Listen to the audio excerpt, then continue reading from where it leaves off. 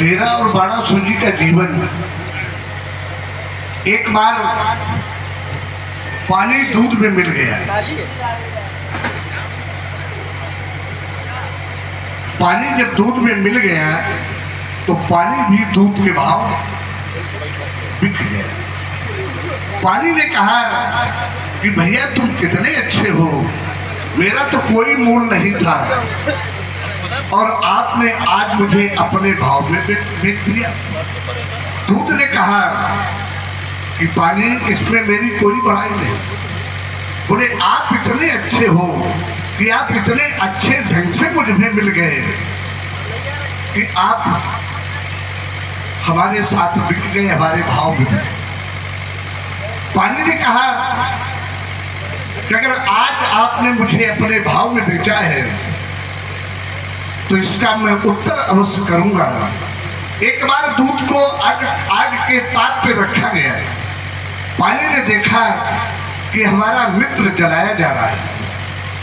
पानी ने स्वयं जलकर दूध की रक्षा की और जब दूध ने देखा कि मेरे कारण मेरा मित्र जल रहा है तो स्वयं दूध को क्रोध आया और वह अपने उस पात्र से ऊपर आकर आग को भी समाप्त कर दिया।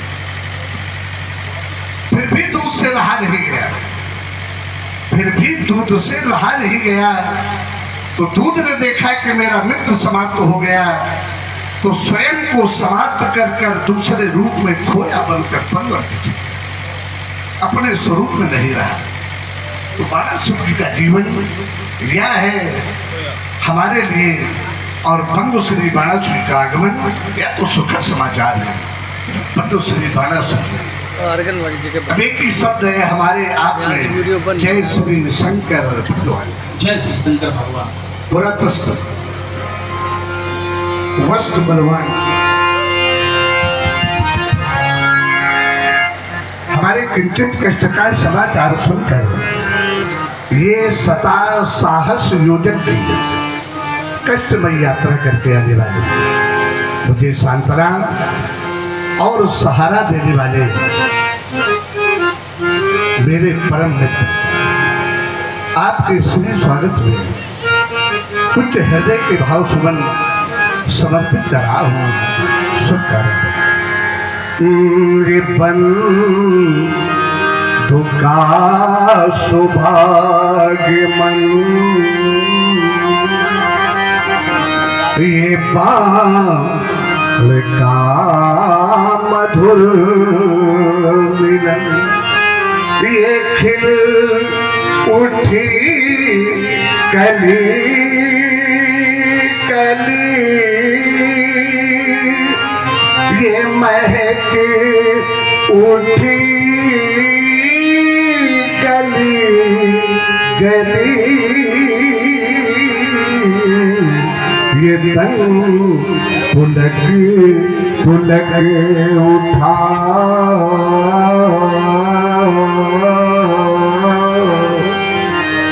ये मन हुलसे हुलसे उठा, ये पथ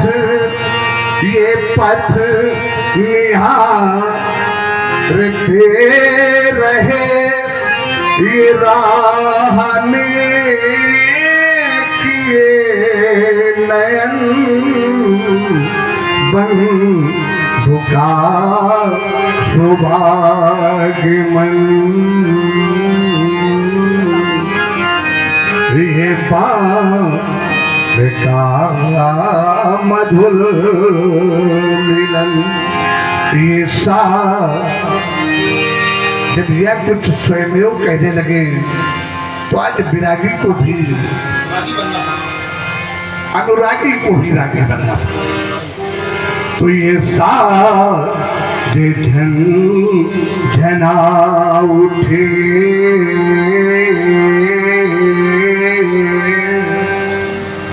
तो ये राग गुनगुना उठे, चाहत थी बिल्कुल ईमानदारी से मैं कह रहा हूं, चाहत थी तुम आ गए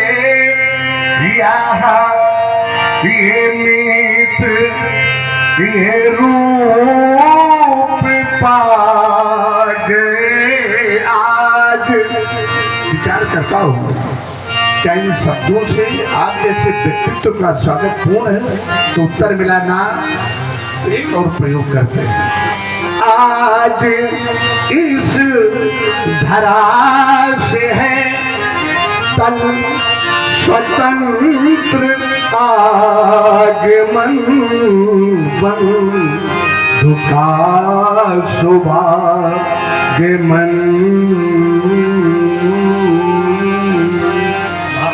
ये बाल का मधुर।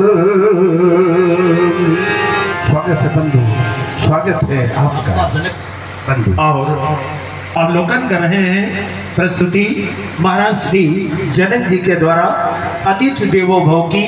और अतिथि देवो भव की इस प्रस्तुति से प्रभावित हुए हैं हमारे आदरणीय श्री संतोष कुमार द्विवेदी जी।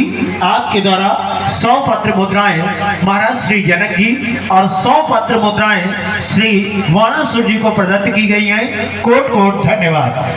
अनुरागी को भी रागी बनना पड़ता है। ये क्यों बन रहे हैं आप, इसके विषय में हम कोई टिप्पणी न करें, क्योंकि बहुत गहरा विषय है। केवल थोड़ा सा उत्तर कर रहा, बहाव को ठहराव की आवश्यकता होती है।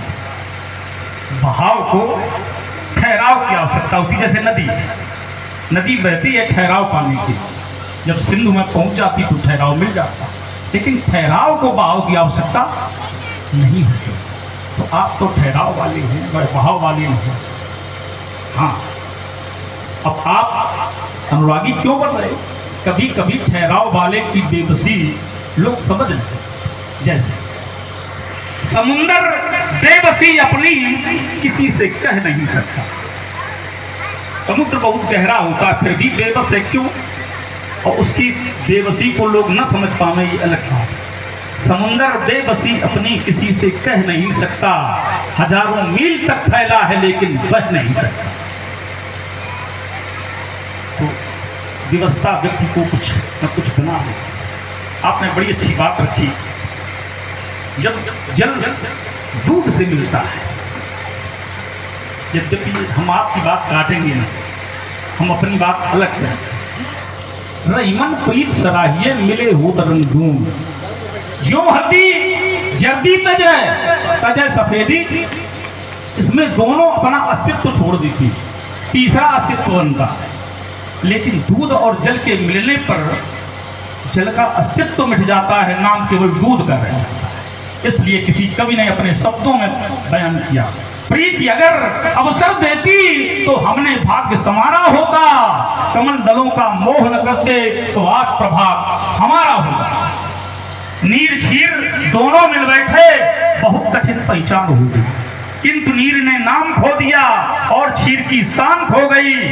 काश कभी प्रेमी हृदयों को विधि ने दिया सहारा होता, प्रीत अगर अवसर देती तो हमने भाग्य संवारा होता। सिंधु मिलन के लिए नदी ने क्या क्या बाधाएं तोड़ी थी, जलद अंक में मिल जाने को क्या क्या सीमाएं तोड़ी थी। नदी सिंधु से प्रेम न करती, क्यों उसका जल खारा होता। जो मीठी थी, सागरों से जब से यारी हो गई, जो नदी मीठी थी खारी हो गई। इसलिए महात्मा जनक हमारी सबक शुभकामनाएं आपके साथ हैं। जाए आप देखेंगे, जाए नहीं, हम चाहते हैं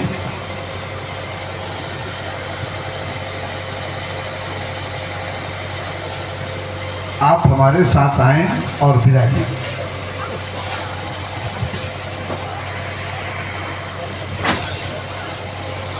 मिथिलापुर के श्रेष्ठ सुयोग शुद्ध सेवक और राजा सीरथ ध्वज जनक को सूचित करो, लंका से रावण का आगमन। जैसे आज्ञा महाराज। महाराज के जीवन की जय जयकार हो। महाराज, अतिथियों का आगमन मिथिला मंच महोत्सव में हो रहा है, उसी कड़ी में दृष्टिपात करता हूँ। अतिथियों की कड़ी में एक सशक्त नदी का आगमन मिथिला मंच महोत्सव के मध्य भाग में हुआ है। पौलस्त कुलभूषण विश्वस्वा के पुत्र, लंका के सम्राट, कंचन नगरी के नरेश श्री रावण जी का पदार्पण मिथिला मंच महोत्सव में हुआ है। आपसे मिलने की जिज्ञासा व्यक्त की। सेवक, यह तो आपने सही कहा कि अतिथि आए हैं, सब रंगशाला में ही थोड़ी आए। पूर्वाहेर सुरसरित समीपा उतरे जहता विपुल पूर्वाहेर। दशानंद जी रंगशाला में आए हैं।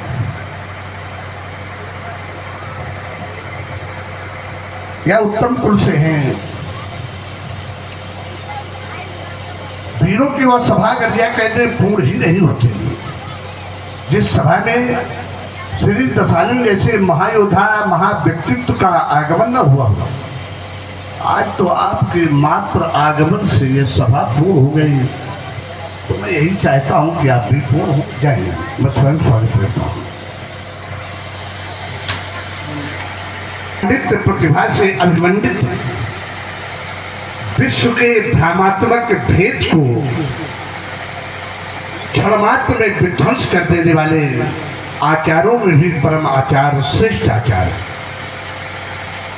सुषमा संचित सरस सावन सने प्रकांड प्रतापी प्रतिभा पुलकित पुलकाए वेदों में विद्वता से परिपूर्ण माता के की गोद को धन्य बना देने वाले उद्धट विद्वान प्रणाम प्रणाम प्रणाम। श्रेष्ठ योगिक क्रियाओं के कारक कर्णधार अष्टांग योगी श्रेष्ठता सभ्यता सही गुणता एवं स्नेह के स्वामी सत्यवादी समदर्शी अविदेव जय श्री शंकर भगवान की।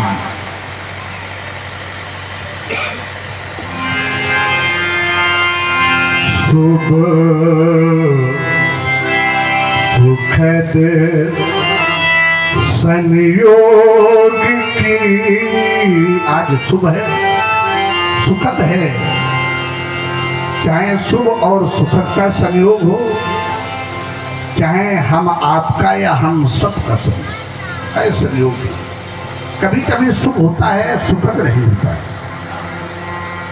सुख जैसे किसी का पाणी ग्रहण विवाह हो रहा हो, और अगर वही किसी की मृत्यु हो जाए तो क्या वह सुखद हो जाए? सुख विवाह तो है किंतु मृत्यु सुखद नहीं। और सुख भी हो सुखद भी हो तो यह एक संयोग है, सबका संयोग। ये घड़ियां जुड़ी है मेरे मन के मीत, प्रतिकार क्या दूं, श्रेय का सत्कार क्या दूं, ये प्रेम का उपहार क्या दूं, ये बंधु दर्शन हित दिगों में, ये पलकों के पावड़े बिछाए और प्राणों ने परच कर ये पग अमर वरदान पाए, पग अमर वरदान पाए।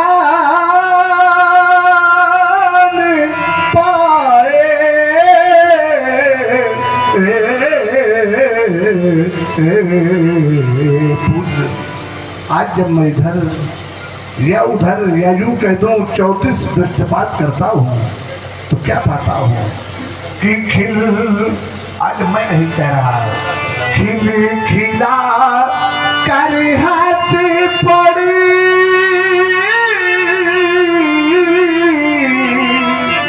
ये चहुओर कुछ कहती ये कलियां।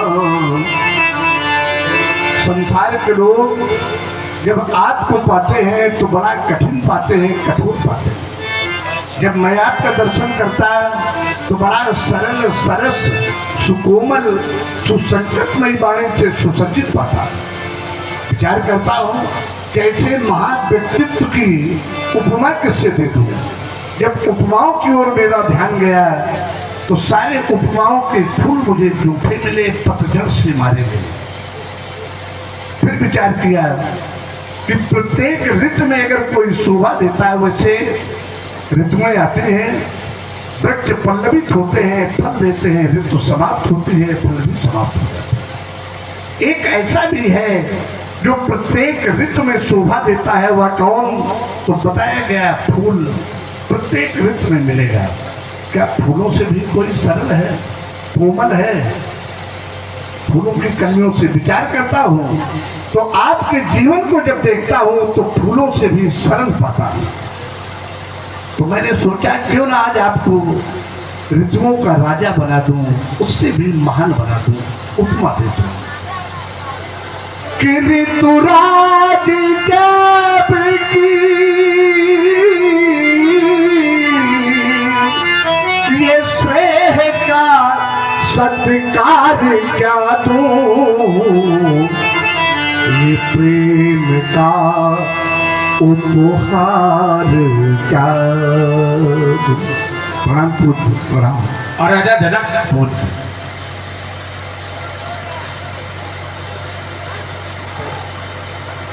और ध्यान देंगे, अवलोकन कर रहे हैं। है क्या?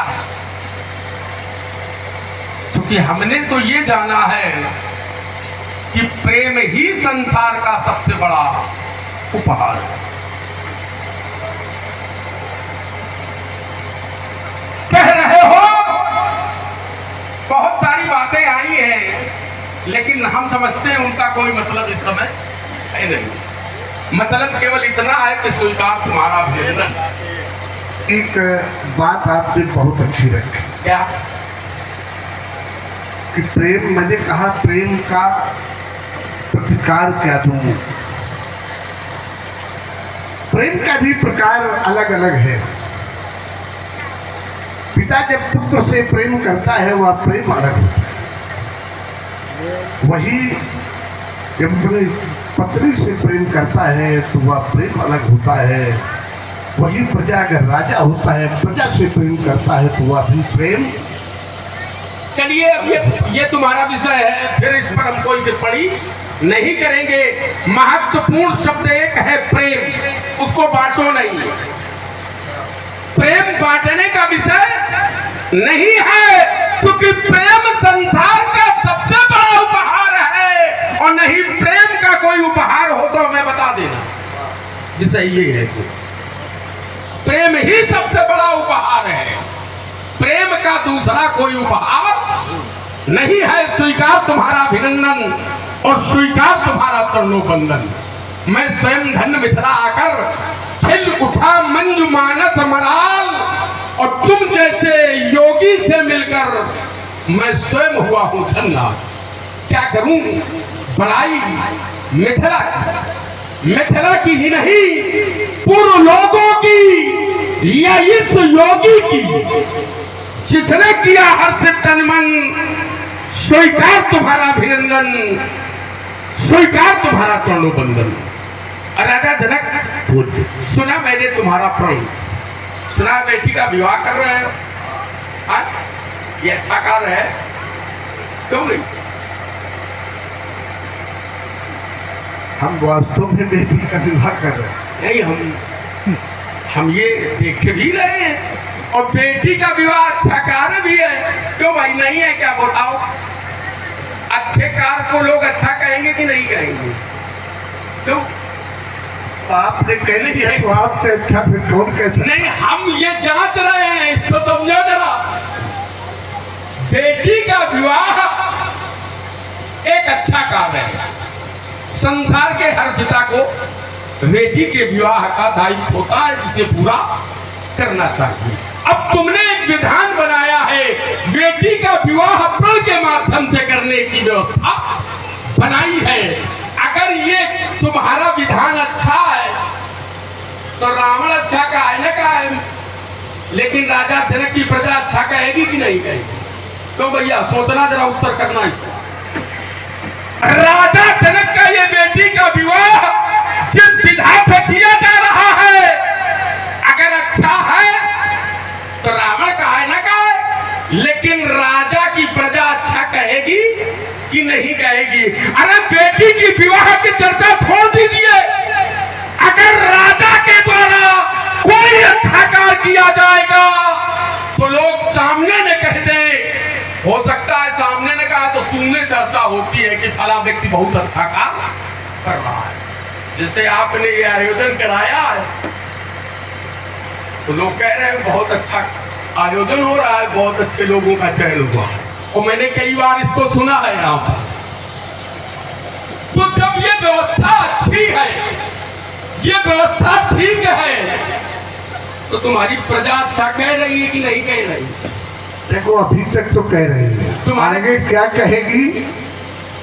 अरे तुम देखो अब आप भविष्य की चर्चा कर रहे नहीं, हम भविष्य की हैं। चर्चा नहीं, अभी तक तो प्रजा का देखिए, बसंत पतझड़ की बहार क्या जाने, बसंत पतझड़ की बहार क्या जाने, एक योगी के नियम को ये मजार क्या जाने। नहीं नहीं, बढ़िया शब्द है आपका। सुने, भार पूछो, कारों से भार पूछो तो बता देते हैं डोली का, किंतु उस दुल्हन के रुदन को वह कहार क्या जाने। अरे बढ़िया बात। प्रजा क्या कहेगी? कहते तो चलो